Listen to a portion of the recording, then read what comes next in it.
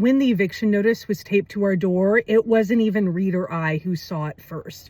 It was our youngest daughter. Part 73 of sharing my story on here because it's so much easier than writing another book. So she gets the notice and she comes to me and she's like, Mom, what's going on? And I tell her, like, they already knew things were hard. I had been including them more and more. And I was just like, I don't know what to tell you. Like, Reed hadn't made money in like 3 months. We were so far behind on everything. And it was just awful. And I was so fucking angry because he had made so many promises.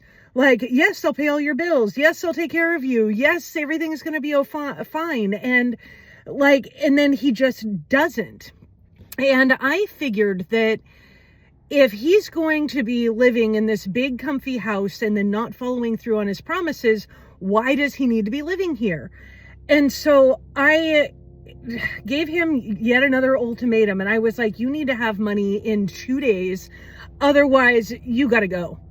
And it got down to the very wire. He was like in a sales call at like 8 o'clock at night on the end of the second day. And he came upstairs from the basement, his room where he was working. And I was like, you got to go. And he's like, well, where am I supposed to go? It's 8 o'clock at night. I'm like, I don't care. I don't care where you go. Like, if we're all getting evicted, you're getting evicted right now. And he packed up his stuff. Like, I don't understand how someone can just be so extremely people pleasing that there is never any pushback. He's just like, okay, I'm going. And I knew that that would be the only way that he would be pushed enough to make money. And it's so crazy when someone is so stuck in survival. It's like he would only make money when it was an extreme crisis. And I'll be damned, he left that night and he started sleeping in his car. And for like the next 10 days, he slept in his car, and the kids and I sold a bunch of stuff and made a couple $1,000s. And then he had given me over $7,000 over the course of the next like 9-10 days while living in his car. And I had paid $7,000 to the landlord at the time that we were supposed to go back to court or go to court for the eviction.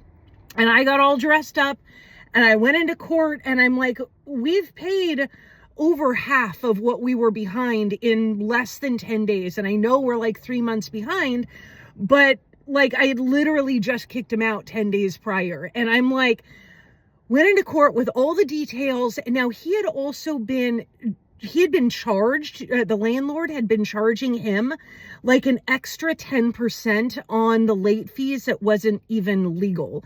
And so when I saw that, I got all the paperwork together. I did all the bookkeeping, 2 years worth of rent and late fees. And I went to court and it went the worst possible way. I knew it was going to go rough while I was driving to court, the landlord actually sent me $2,000 back. And I was like, I don't know what that means because I've not been in eviction court and this isn't good. Well, when we got there and I'm standing in front of the judge, she says that I went back on my agreement and I didn't send the $7,000 like I was planning on, which I did. They just refunded me $2,000 of it. And the judge is like, well, you got to go. You've got 10 days to get out if you don't want the eviction on your record. And I was like, okay.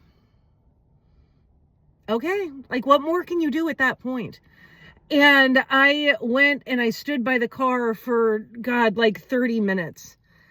And I just like processed my fury as to what was happening and what was going on and how on earth I'm going to be able to tell the kids. And I called Reed and he was just like, no, that's not going to happen. That's not going to happen. And I'm like, dude, you're fucking delusional. Like, this is not working. It's not going to work. We have to move. Like, there's just too much chaos. We have to get out. So I went home and 3 of the kids were like, okay, yeah, this makes sense. We got to go. And one just completely melted down, like full denial. I refuse to go kind of a thing. And I'm like, it just doesn't work that way. So our entire house went into chaos. And yet we started packing, started getting some boxes, started doing the things and packing up this enormous 5,000 square foot house. And by about 2 days into our packing, I was like, there is no fucking way that the kids and I are going to be able to do this alone. Like, there's living room after living room of furniture. There's so much furniture, so much stuff. And we had fully furnished it by this point. And I'm like, it is going to take fucking forever to get this packed if we don't have his help moving furniture. And it occurred to me that, like, he helped us move in, he's helped us furnish it. If we're having to pack all this shit up, he sure as hell can help us too. Because now we don't need to come up with the full $12,000. We just need to figure out how to get the fuck out of here. And where are we going after that? I don't know. So 2 of the kids were pretty excited about leaving. They were just like, this is an exodus for us. We finally get to be able to break free. Oh, and during all of this time, my oldest daughter has her first baby and our first grandchild that I had not seen yet. And I wanted so badly to see the baby and to go visit her. And so it was just heartbreaking because I'm like, we're being evicted. My daughter's having a baby. I'm not there for. There's no fucking money. And like, what do we do?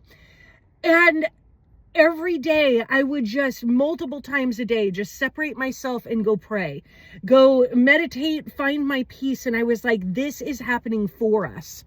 I knew the kids needed to come fully out of their depression and fully like stand in their power and understand their sovereignty.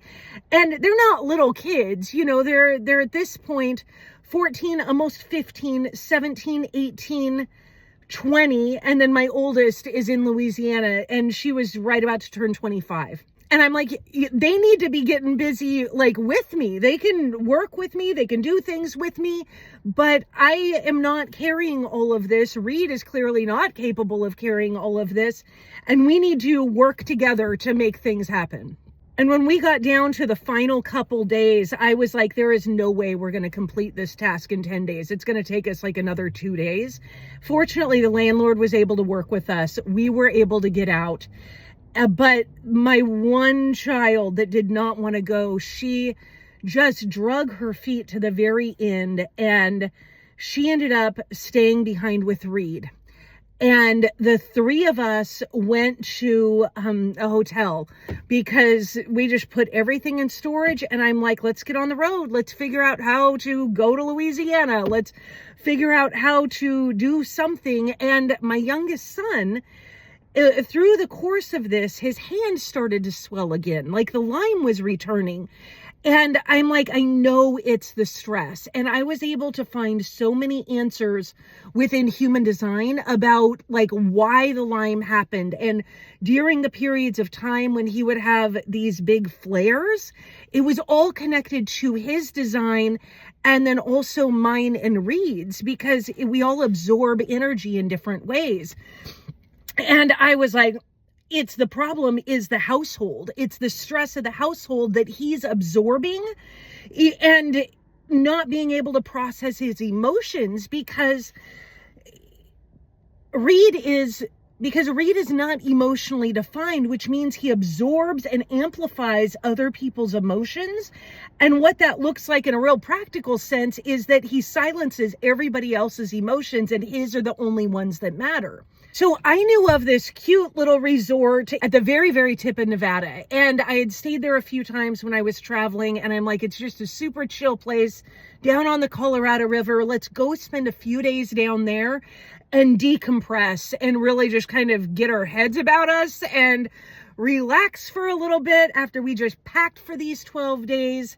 And so me and the 3 kids went and did that, and it was wonderful sitting in hot tubs and watching the river and building sandcastles. And we had to redesign functional human design. So there's a lot there.